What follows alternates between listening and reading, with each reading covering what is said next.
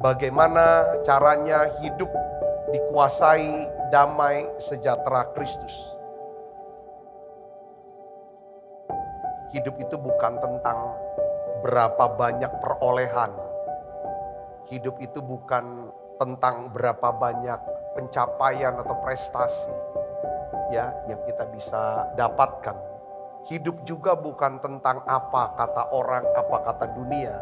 Tetapi Alkitab katakan hidup ini adalah belajar. Belajar tentang mengasihi Tuhan.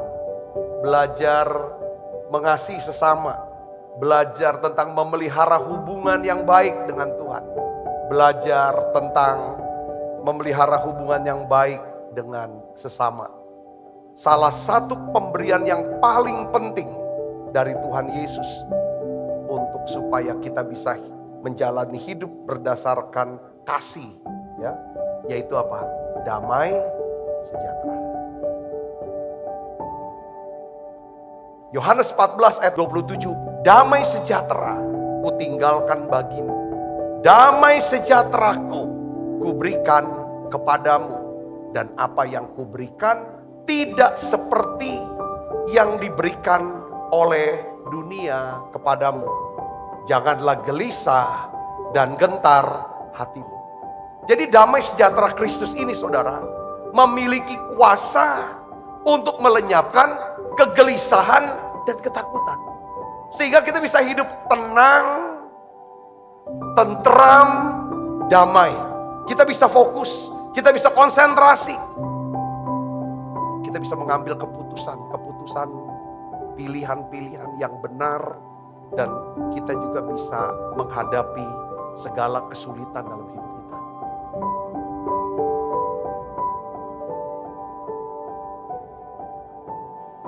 Ada 3 jenis damai sejahtera Kristus, saudara. Ini yang penting, yang saudara dan saya harus miliki. Yang pertama, namanya spiritual peace. Jadi spiritual peace ini sebuah damai sejahtera yang timbul karena kita memiliki keyakinan iman bahwa kita telah dibenarkan dan diselamatkan karena Tuhan telah mengampuni segala dosa dan kesalahan kita. Roma 5 ayat 1. Sebab itu kita yang dibenarkan karena iman, kita hidup dalam damai sejahtera dengan Allah oleh karena Tuhan kita Yesus Kristus. Jadi damai sejahtera ini adalah hasil karya dari Roh Kudus oleh karena iman kita. Dibebaskan dari rasa bersalah, rasa malu, rasa berdosa, rasa takut akan penghukuman kekal. Ibrani 2 ayat 14, karena anak-anak itu adalah anak-anak dari darah dan daging, maka ia juga, Yesus juga sama, menjadi sama dengan mereka dan mendapat bagian dalam keadaan mereka, supaya melalui kematiannya Yesus memusnahkan dia. Siapa namanya? Iblis, yang berkuasa atas maut, atas kematian. Dan supaya dengan jalan demikian ia membebaskan mereka yang seumur hidupnya berada dalam perhambaan oleh karena takutnya kepada maut. Kata amin. Yang kedua adalah emotional peace. Ini bicara tentang sign and wonder. Kalau selama hidup dengan tanda ajaib, mujizat heran, sampai orang mungkin kaget, kagum akan kehidupan saudara, keluarga saudara, karir atau bisnis saudara. Dengar baik saudara, mereka akan lihat. Ini sebenarnya kalau lihat kamu, kayaknya nggak mungkin kamu bisa dapatkan ini, jadi begini. Tapi gimana caranya kamu bisa? Karena saudara punya apa? Emotional peace.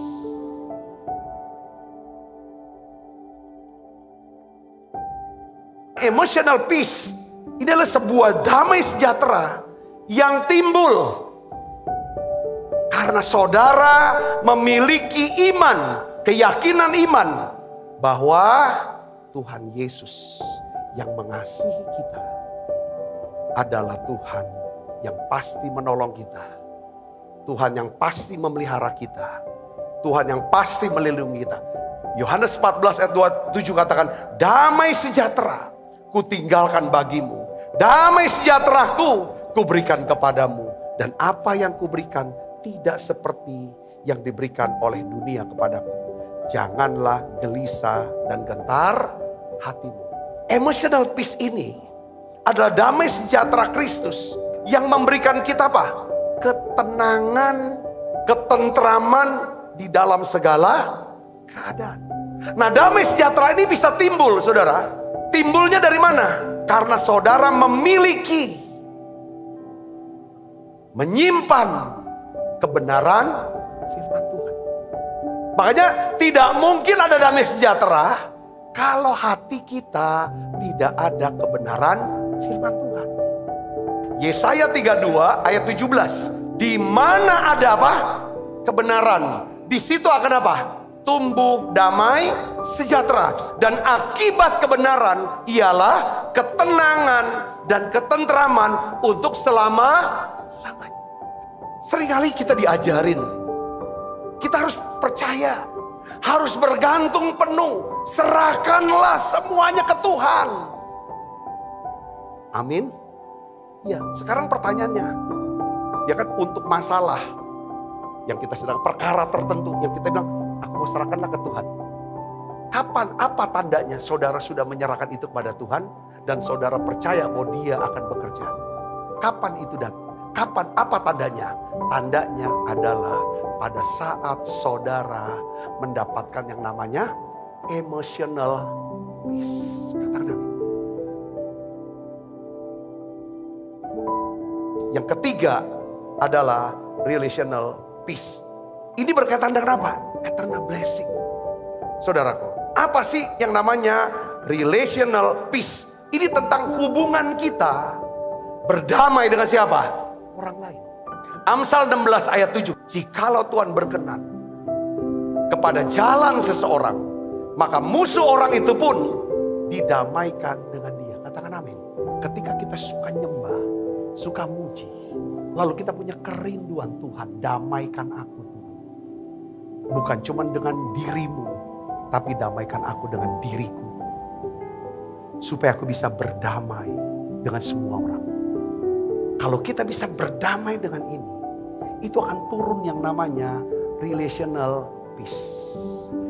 Di mana Tuhan dengan tiba-tiba mengirim seseorang atau orang-orang tertentu membuka jalan buat saudara. Sehingga saudara dapatkan rejeki ini, rejeki itu. Saudara dapat promosi ini, promosi itu. Anak-anak saudara dipertemukan dengan orang-orang yang tepat. Relational peace ini, itu orang-orang yang kita tidak pernah duga dia mau berbuat baik kepada kita. Ini yang namanya golden connection. Kisah 2 ayat 47. Sambil memuji Allah dan mereka disukai semua orang. Dan tiap-tiap hari Tuhan menambahkan jumlah mereka dengan orang yang, lihat saudaraku, mereka menghormati Tuhan, memuji Allah. Lalu Tuhan turunkan yang namanya relational peace. Mereka disukai semua orang. Lalu Tuhan tambahkan jumlah orang yang diselamatkan. Di masa Natal ini, pesan Tuhan yang paling penting untuk kita ingat, Dia datang untuk memberikan damai sejahtera. Katakan amin. Dia berikan keselamatan berupa apa? Spiritual peace. Dia memberikan kemurahan dan kebaikannya dengan apa? Emotional peace. Dan dia akan berikan berkatnya yang kekal berupa apa? Relational peace.